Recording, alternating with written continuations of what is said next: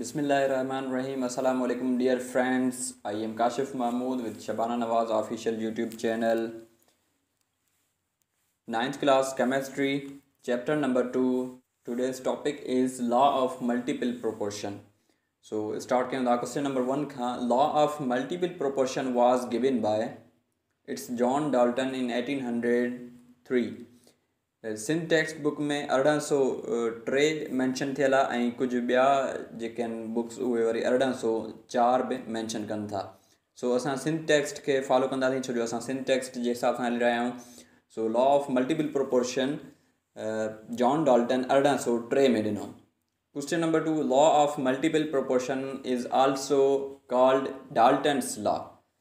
Law of multiple proportion के पिण Dalton's law बि यानी कि डाल्टन्स जो क़ाइदो बि चयो वेंदो आहे। Question number 3 law of multiple proportion belongs to stoichiometry. Law of multiple proportion stoichiometry सां ताल्लुक़ रखे थो। Question number 4 law of multiple proportion states that when two elements combine to form more than one compound जॾहिं ॿ elements जेको आहे सो पाण में मिली करे हिकु या हिक खां वधीक पंहिंजा जेको आहे सो कंपाउंड्स ठाहिनि था the proportions masses of the one element that combine with a fixed mass of the other element यानी कि उहे जेके मासिस आहिनि डिफरेंट मासिस आहिनि ऐं उहे जेॾीमहिल वरी फिक्स्ड मासिस वारे एलिमेंट्स सां पंहिंजो जेको आहे सो मिलनि था रिएक्ट कनि था are in this ratio of small whole number R simple multiple ratio यानी कि उहे सिंपल मल्टीपल रेशो हूंदा हिक ॿिए जो या त जेको आहे सो होल नंबर रेशो में हूंदा। हिनखे ॿिए तरह सां कीअं चई सघिजे थो elements combined in small whole number ratio to form compounds। Elements जॾहिं बि कंबाइन थींदा आहिनि जॾहिं बि मिलंदा आहिनि त हू पंहिंजो जेको आहे सो कंपाउंड ठाहिण जे लाइ हुन में स्मॉल होल नंबर रेशो में कंबाइन थींदा आहिनि। यानी कॾहिं बि ईअं न थियो हूंदो त पंहिंजो जेको आहे सो जिथे 1:1:2 आहे त उते पंहिंजो जेको आहे सो समटाइम 1.5:2 थी वञे न ईअं कॾहिं बि न थींदो पर होल नंबर हूंदो।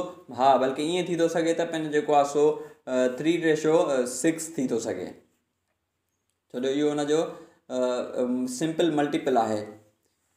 Both of them are the right. For example हिकिड़ो मिसाल आहे सिंध टेक्स्ट बुक जे केमिस्ट्री मां 9th class carbon forms two stable compounds with oxygen namely carbon monoxide and carbon dioxide.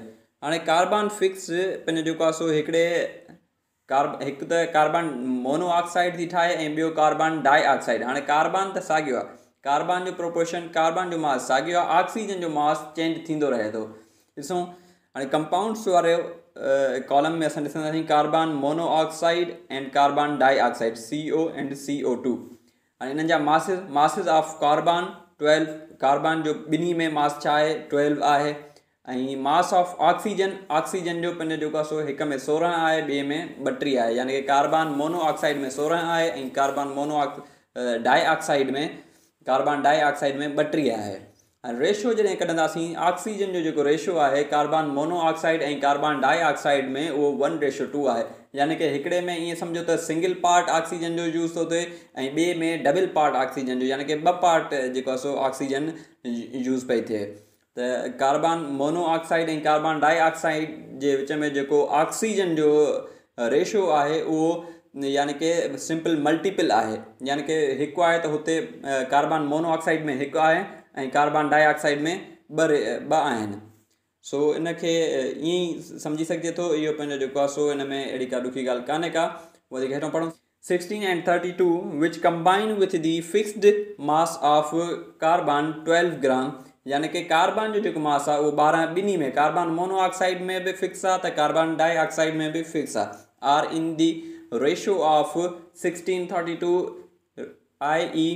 1:2। इन जी सिंप्लीफिकेशन जॾहिं 16:32 जी कंदासीं त असांखे 1:2 मिलंदो which is simple whole number ratio and obeys the law of multiple proportion.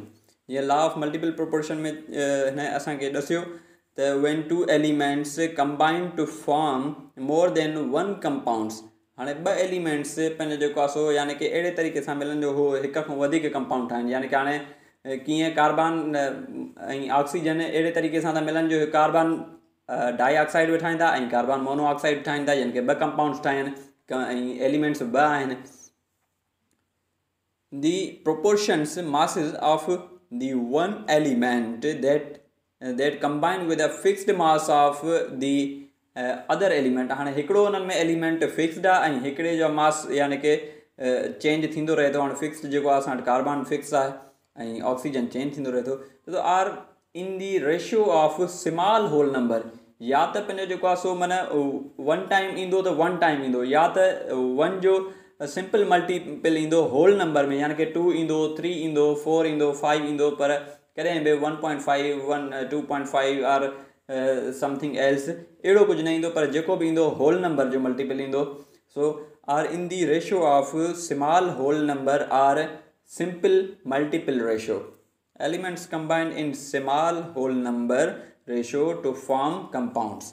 हिन law of multiple proportion में इहो ई थो चए, जेकॾहिं पंहिंजो जेको आहे सो के बि ॿ एलिमेंट्स ॿ अहिड़े तरीक़े सां ॿिनि अहिड़नि तरीक़नि सां जेको आहे सो कंबाइन थियनि जो ॿ कंपाउंड्स ठहनि. हाणे ठीकु आहे, ॿ एलिमेंट्स चई त के बि अहिड़ा ॿ एलिमेंट्स असां ॿ एलिमेंट्स खणी वरितासीं, कार्बन ऐं ऑक्सीजन.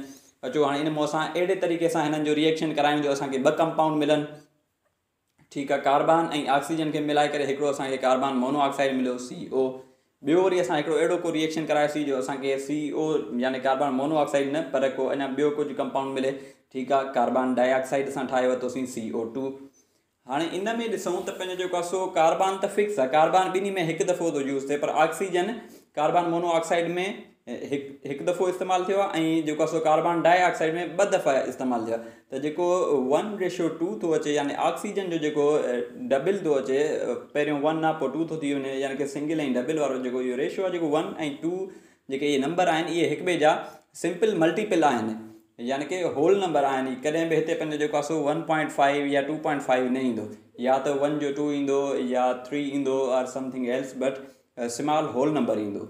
इहो ई हिन जो चवण जो मतिलबु आहे. Question number 5, there is dash dash ratio of oxygen and carbon in carbon dioxide CO2 1:2, यानी कि कार्बन जेको आहे सो 1 टाइम यूज़ थियो आहे ऐं ऑक्सीजन 2 टाइम यूज़ थियो आहे, इन जे करे हिन जो रेशियो 1:2 आहे. Question number 6, law of multiple proportion is addition two.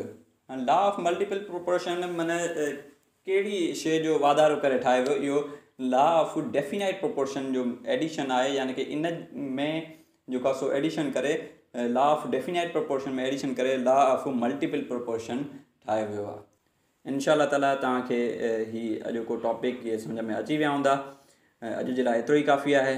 पंहिंजो ख़्यालु रखंदा ऐं पंहिंजो जेको आहे सो शबाना नवाज़ ऑफिशियल यूट्यूब चैनल सां गॾु रहंदा, त जीअं असां जेको हीउ सफ़रु शुरू कयो आहे केमिस्ट्री जो, इंशाअल्लाह ताला हिन खे ख़ैर सां पहुचायूं. ऐं असांजी पूरी कोशिशि हूंदी त तव्हांखे वधि खां वधि टेक्स्ट जे हिसाब सां टू द पॉइंट शयूं सम्झायूं, ऐं असां दुआ था कयूं त इंशाअल्लाह ताला तव्हांखे सम्झ में अचे ऐं तव्हांखे कमु अचे.